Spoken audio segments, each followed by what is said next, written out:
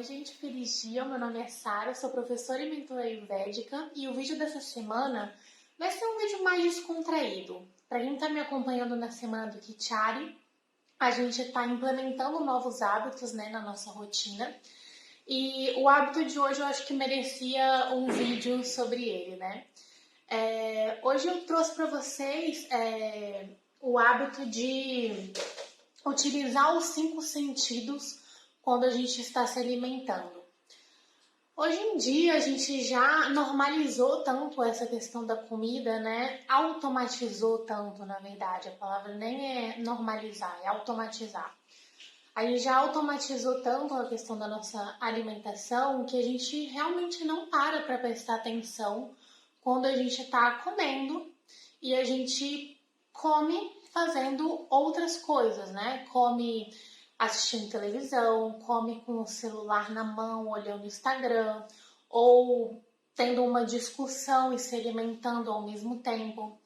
E como eu já comentei com vocês, no Ayurveda, o alimento é tudo que entra em nós através dos nossos 5 sentidos, né?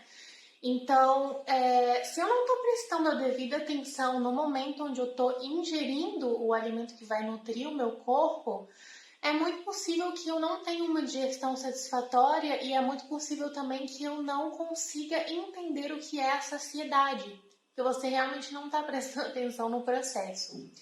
Então, eu já vi esse conceito de usar os 5 sentidos na alimentação em 2 lugares diferentes, tanto no curso de Ayurveda, quanto uma moça que eu sigo no Instagram, que eu gosto muito dela, uma nutricionista, o nome dela é Liv Kiss. Depois eu deixo para vocês seguirem, ela tem muito material bacana também. Mas realmente vamos falar um a um todos os sentidos e como a gente pode utilizar eles na hora que a gente está comendo, né? Primeiramente, a visão. Olhem para o alimento de vocês, não estejam focados na televisão, nem no celular, nem no tablet, nem lendo um livro. Olhem para a comida de vocês. E é claro, se vocês puderem cozinhar a comida de vocês, isso já vem desde do momento onde a gente está na confecção do alimento, né? Fazendo o prato. Segundo, olfato. Cheirem a comida de vocês antes de comer. Todos esses passos, se vocês começam a incrementar eles antes mesmo de colocar a comida na boca, vocês já vão avisando para os órgãos digestivos de vocês e para os neurônios, né, para a cabeça de vocês, que vocês estão no processo de se alimentar e com isso vocês vão conseguir diagnosticar melhor a saciedade. Então, sintam o olfato da comida antes de comer. Depois, a audição. Eu sei que parece estranho, mas sim, as comidas elas têm um som.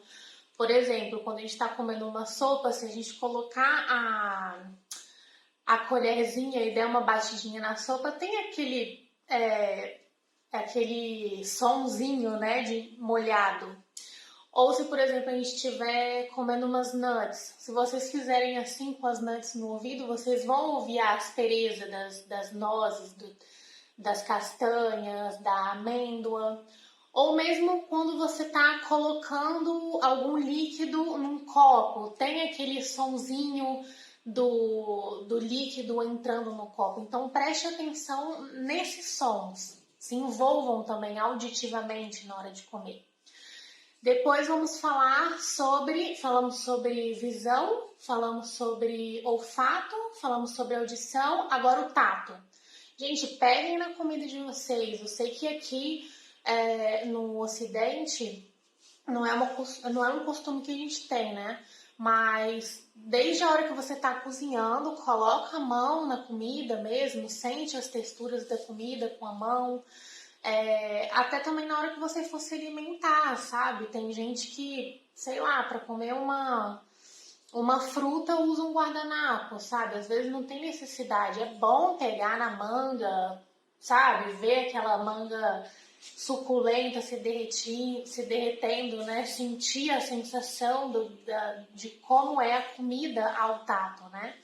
E vocês, é lógico que É muito mais difícil fazer isso com alguns pratos, né? Mas se vocês prepararem a comida de vocês, já vai ser muito mais fácil incluir a questão do tato.